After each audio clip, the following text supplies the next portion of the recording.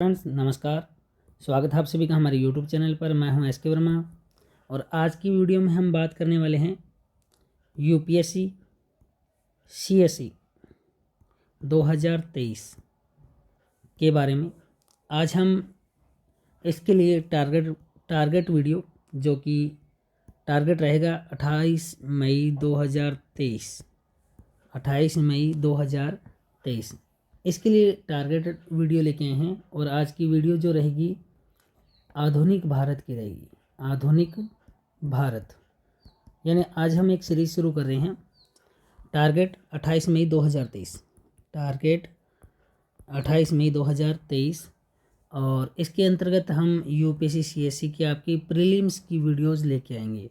तो हमारा टारगेट ये तारीख रहेगी, टारगेट 28 मई 2023।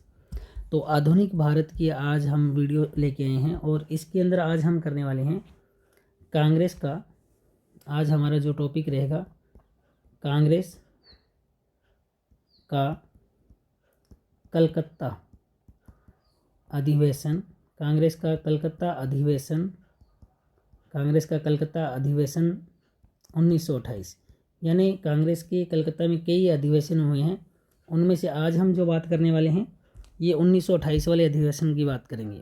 एक बार फिर बताता हूँ, आज की वीडियो जो शुरू कर रहे हैं यूपीएससी सीएसई 2023 टारगेट वीडियो रहेगी 28 मई 2023। और आधुनिक भारत इतिहास के अंदर आज हम जो लेके आए हैं आपके लिए कांग्रेस का कलकत्ता अधिवेशन 1928। देखिए 1928 के अंदर जो कांग्रेस का कलकत्ता अधिवेशन हुआ यह मोतीलाल नेहरू की अध्यक्षता में हुआ। मोतीलाल नेहरू की अध्यक्षता में ये अधिवेशन हुआ। कहाँ पर हो रहा है? कोलकाता में हो रहा है। 1928 के अंदर हो रहा है। और किसकी अध्यक्षता में हो रहा है? मोतीलाल नेहरू की अध्यक्षता में हो रहा है। ये जो अधिवेशन है, ये कांग्रेस का जो अधिवेशन है, इसके अंदर नेहरू रिपोर्ट को एक्सेप्ट किया गया। इसके अंदर नेहरू रिपोर्ट को स्वीकार किया गया। ये अधिवेशन जो कि 1928 में हुआ था, इस अधिवेशन में नेहरू रिपोर्ट को स्वीकार कर लिया गया। अब देखिए इस नेहरू रिपोर्ट में क्या था ऐसा, इसके अंदर जो मांग की गई थी, मेन मांग की गई थी डोमिनियन स्टेट्स की। डोमिनियन स्टेट की मांग की गई थी। डोमिनियन स्टेट या डोमिनियन स्टेट्स की मांग की गई थी। तो ये क्या थी? ये थी, इसको आप हिंदी में बोल सकते हो औपनिवेशिक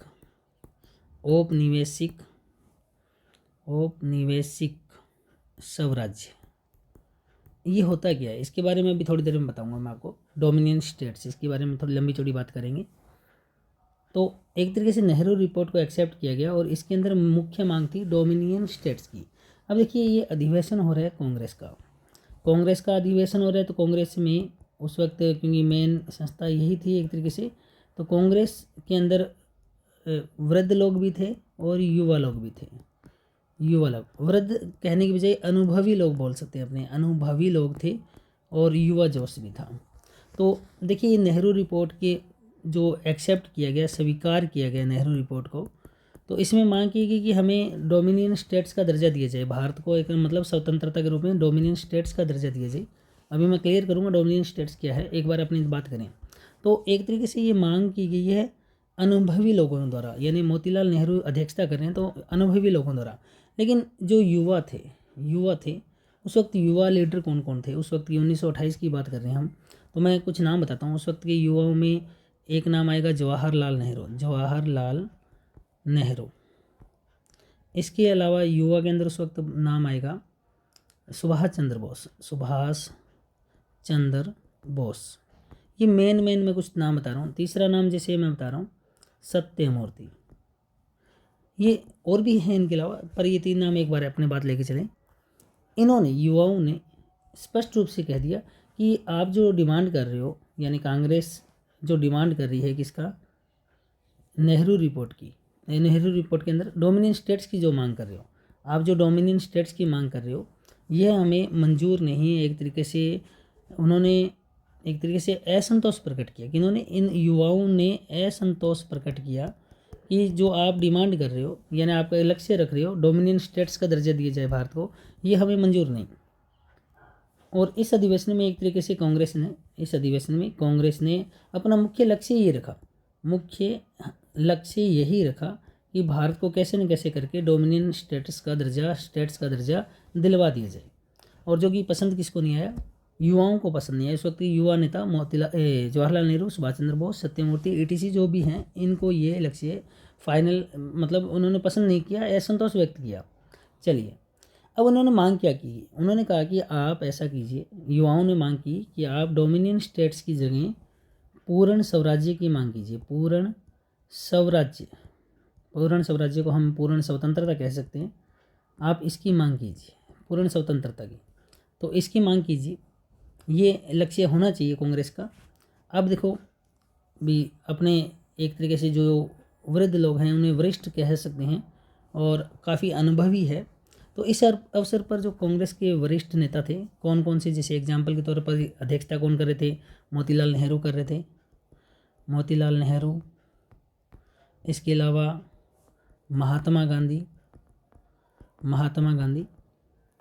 इन्होंने क्या कहा, इनका क्या मत था, इनका मत था कि डोमिनियन स्टेट्स जो है ना, इसकी मांग को अचानक हम ठुकरा नहीं सकते।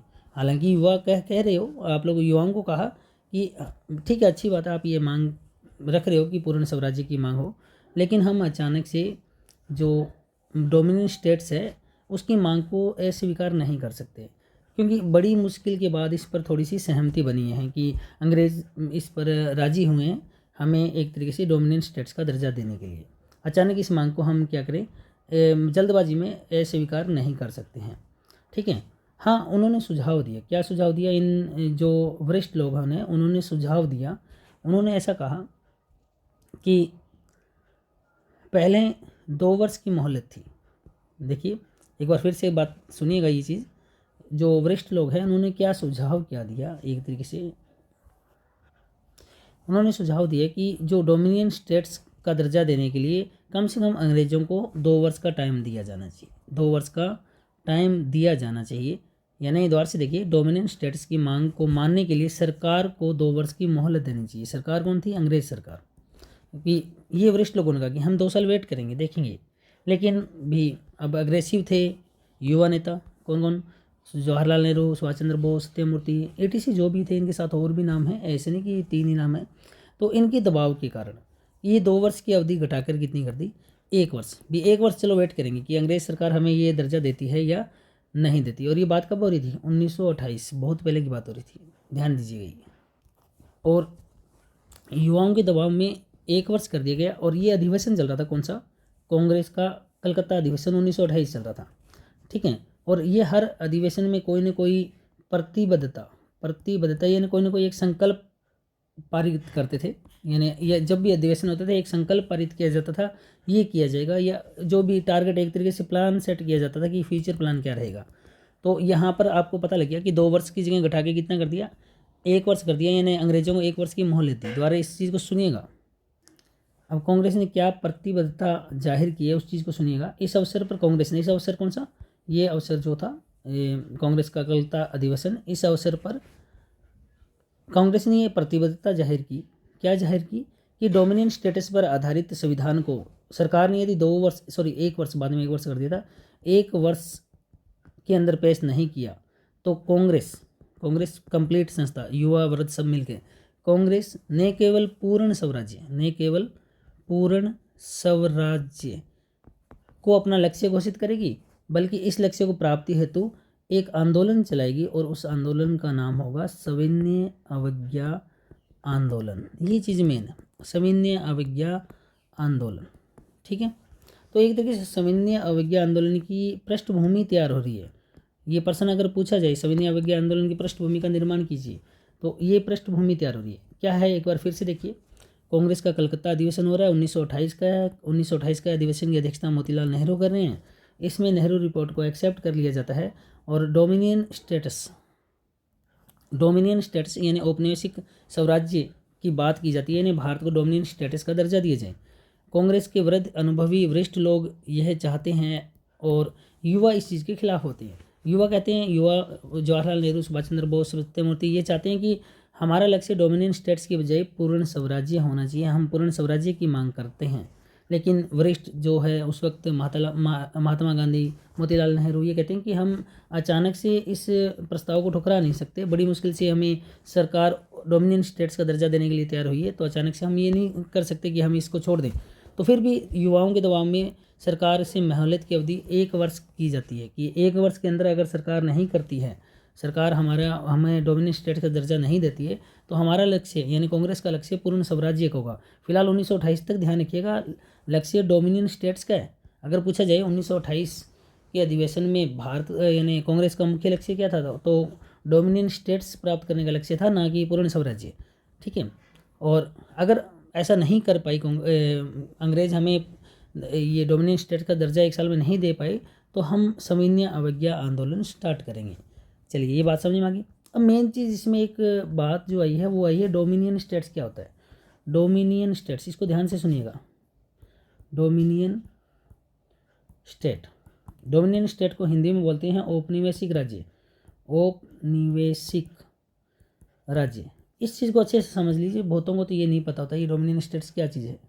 तो डोमिनियन स्टेट्स क्या है, औपनिवेशिक राज्य क्या है, इसको ध्यान से देखिएगा।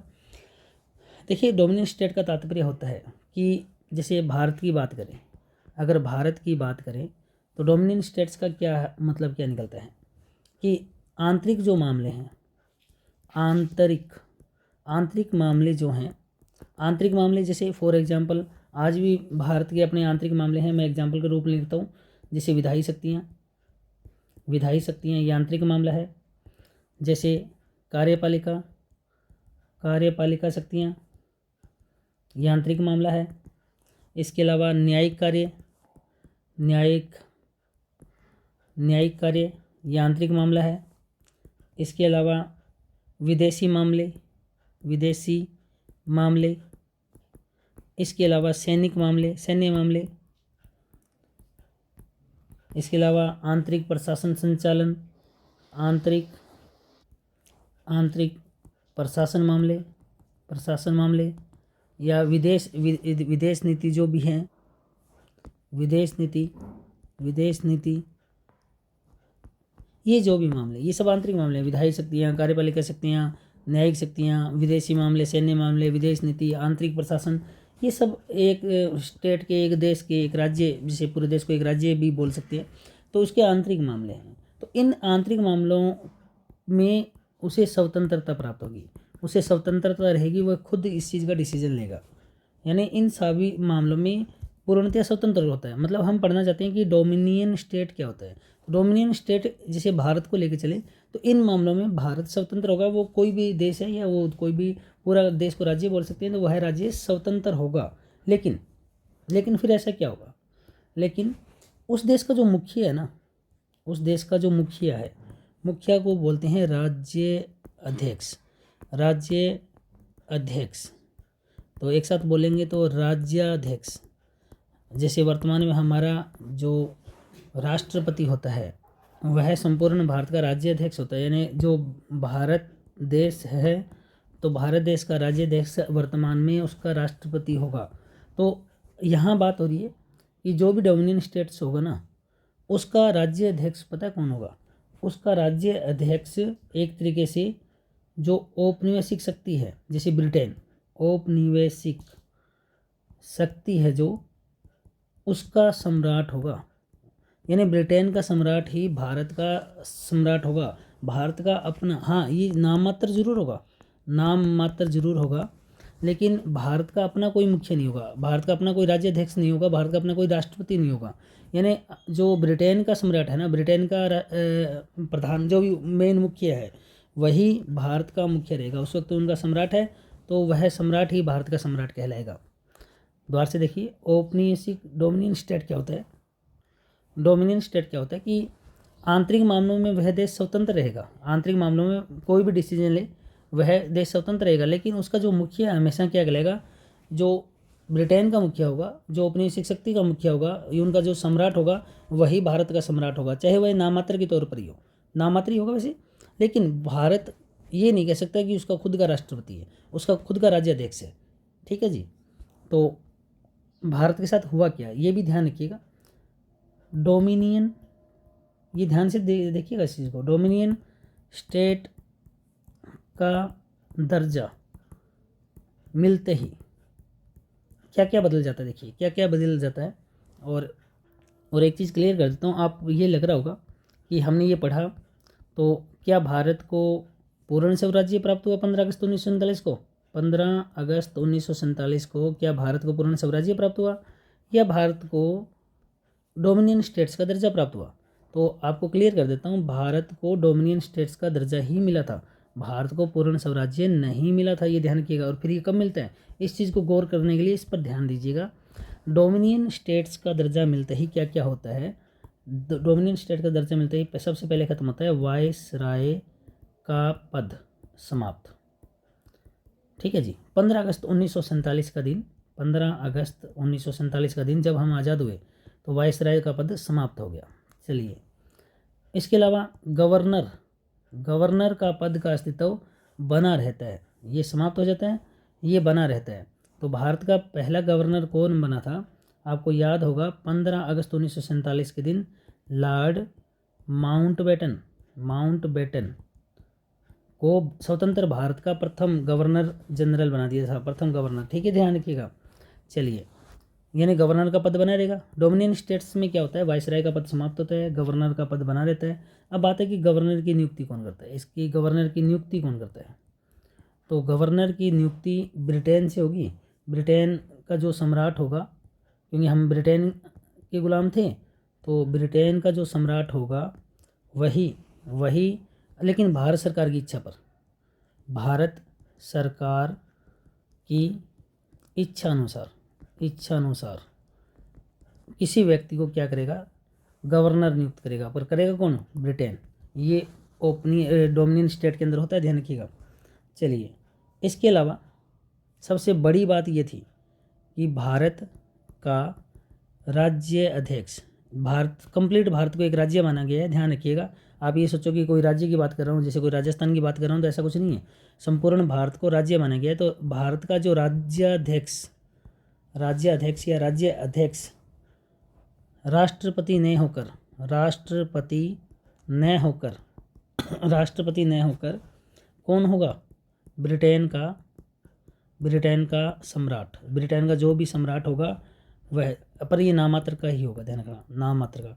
पर भारत का अपना कोई राष्ट्रपति नहीं होगा। यानी भारत का अगर राज्याध्यक्ष की बात करें तो भारत का राज्याध्यक्ष भारत के राष्ट्रपति नहीं होकर कौन होंगे? ब्रिटेन का सम्राट होगा, ध्यान रखिएगा ये। अब भारत के मामले में देखेंगे भारत के साथ क्या हुआ। भारत को आज़ादी मिली 15 अगस्त 1947, 15 अगस्त 1947। तो उस वक्त भारत को पूर्ण स्वराज्य का दर्जा नहीं दिया, भारत को बनाया गया डोमिनियन स्टेट। ध्यान रखिएगा ये चीज़। तो मतलब भारत को डोमिनियन स्टेट बनाया गया। फिर घटनाक्रम कैसे चला, भारत को डोमिनियन स्टेट बनाया तो मैंने कहा था भारत के जो भी वाइसराय होगा वो पद खत्म हो जाएगा, और भारत में पहला गवर्नर नियुक्त किया गया लॉर्ड माउंटबेटन को। और ये तारीख चली 15 अगस्त 1947 से, ये तारीख चली थी 21 जून 1948 तक। अब 21 जून 1948 को अभी भी भारत डोमिनियन स्टेट है, ध्यान रखिएगा। पहले 1 नंबर पर गवर्नर किसको बना दिया गया था? लॉर्ड माउंटबेटन को। 21 से 1948 को भारत का नया गवर्नर बनाया जाता है सी राजगोपालाचारी। अभी भी भारत डोमिनियन स्टेट रहेगा, ध्यान रखिएगा। पर हाँ, भारत के प्रथम भारतीय गवर्नर, और लॉर्ड माउंटबेटन जो था वो अंग्रेज था, ब्रिटेन का था। तो भारत आज़ाद हो चुका है 15 अगस्त 1947, और उसके बाद भी भारत के अंदर भारत को डोमिनियन स्टेट्स का दर्जा ही दिया गया, और भारत का गवर्नर बनाया गया है। किसने बनाया? ब्रिटेन के सम्राट ने बनाया। ठीक है, भारत की इच्छा अनुसार बनाया। किसको? लॉर्ड माउंटबेटन को बनाया। और 15 अगस्त 1947 से 21 जून 1948 तक कार्यकाल रहता है लॉर्ड माउंटबेटन का। उसके बाद अगला जो गवर्नर है भारत का वह बनाया जाता है सी राजगोपालाचारी को। पर ये सी राजगोपालाचारी प्रथम भारतीय गवर्नर हैं भी, ध्यान रखिएगा। चलिए, ये सिस्टम चला। अब यहाँ से 15 अगस्त 1947 से लेकर 15 अगस्त 1947 भारत की आज़ादी से लेकर 25 जनवरी 1950 तक, यहाँ तक इतने टाइम में तक भारत रहा डोमिनियन स्टेट। उसके बाद क्या होता है, उसके बाद होता है तारीख आती है 26 जनवरी, अगला दिन, ये तारीख ध्यान रखिएगा, 25 जनवरी तक बात की थी मैंने, 26 जनवरी 1950 का दिन। इस दिन हमारा संविधान लागू होता है, और इसी दिन हमारा खुद का देश एक गणतंत्र बन जाता है, गणतंत्र राज्य बन जाता है, गणतंत्र राज्य, और हमें डोमिनियन स्टेट के इस टाइटल से मुक्ति मिलती है। यानी 26 जनवरी 1950 का दिन जब भारत का संविधान लागू होता है तो भारत कैसा राज्य बन जाता है, गणतंत्रात्मक राज्य। उससे पहले भारत कैसा राज्य था, डोमिनियन स्टेट था, औपनिवेशिक राज्य था। और उसी दिन ये चीज़ सारे समाप्त हो जाती है 26 जनवरी को। 26 जनवरी के दिन सबसे पहले ख़त्म होता है गवर्नर का पद, जो कि किसके द्वारा नियुक्त होता था, ब्रिटेन के सम्राट से। तो उस दिन 26 जनवरी 1950 को भारत को खुद का राज्याध्यक्ष मिलता है, और उसी राज्याध्यक्ष को आज हम बोलते हैं राष्ट्रपति। यानी भारत को खुद का राष्ट्रपति बनाने की इजाज़त मिली 26 जनवरी 1950 को। और भारत के पहले राष्ट्रपति आपको पता था डॉक्टर राजेंद्र प्रसाद बने थे, डॉक्टर राजेंद्र प्रसाद। और उसी दिन समाप्त कर दिया गया था किस चीज़ को, गवर्नर को। और उस वक्त दिन ही राज्याध्यक्ष, उससे पहले एक तरीके से भारत का राज्याध्यक्ष कौन होता था, भारत का राज्याध्यक्ष अपना खुद का राष्ट्रपति नहीं होकर ब्रिटेन का सम्राट होता था। और 26 जनवरी 1950 का वह दिन था जिस दिन भारत का राज्याध्यक्ष हमारा खुद का देश से चुना हुआ हमारे राष्ट्रपति बने डॉक्टर राजेंद्र प्रसाद। एक तरीके से हमें वास्तव स्वतंत्रता उसी दिन मिली थी। तो गणतंत्र होने का मतलब समझ में आया, गणतंत्र होने का मतलब सिर्फ संविधान लागू होना नहीं है, संविधान के साथ साथ उस दिन हमें हमारे खुद के राज्याध्यक्ष मिले। इससे पहले भारत का राज्याध्यक्ष जो था वह ब्रिटेन का सम्राट हुआ करता था, चाहे वह नाम मात्र का था लेकिन था, भारत का अपना कोई राज्याध्यक्ष नहीं था। तो 26 जनवरी 1950 का दिन को हमें हमारे खुद के राष्ट्रपति मिले, खुद का राज्याध्यक्ष मिला, हमारा संविधान लागू हुआ। इसी दिन को बोला जाता है 26 जनवरी 1950 को भारत बना गणतंत्रात्मक राज्य, गणतंत्र राज्य। इससे पहले था डोमिनियन स्टेट्स। डोमिनियन का मतलब आपको मैंने बता दिया, औपनिवेशिक राज्य, औपनिवेशिक राज्य। तो मैंने बड़ी डिटेल से आपको बता दिया, आपको समझ में आया होगा। तो आज की वीडियो में वैसे तो हमने किया है कांग्रेस का कलकत्ता अधिवेशन, लेकिन वास्तव में कलकत्ता अधिवेशन के साथ साथ हमने बहुत अच्छे से समझ लिया है डोमिनियन स्टेट्स क्या होता है, यानी औपनिवेशिक स्वराज्य क्या होता है। और आपको भी ध्यान रखना चाहिए, भारत को डोमिनियन स्टेट्स का दर्जा मिला था आज़ादी वक्त, पूर्ण स्वराज्य का हमें एक तरीके से दर्जा नहीं मिला था। और हमें एक तरीके से पूर्ण स्वराज्य का दर्जा मिलता है लास्ट 26 जनवरी 1950 जब हम गणतंत्रात्मक राज्य बनते हैं। तो आज की इस वीडियो में इतना ही। एक बार फिर से बता देता हूँ, आज की जो वीडियो हमने शुरू की है वो टारगेट लेके चले हैं तारीख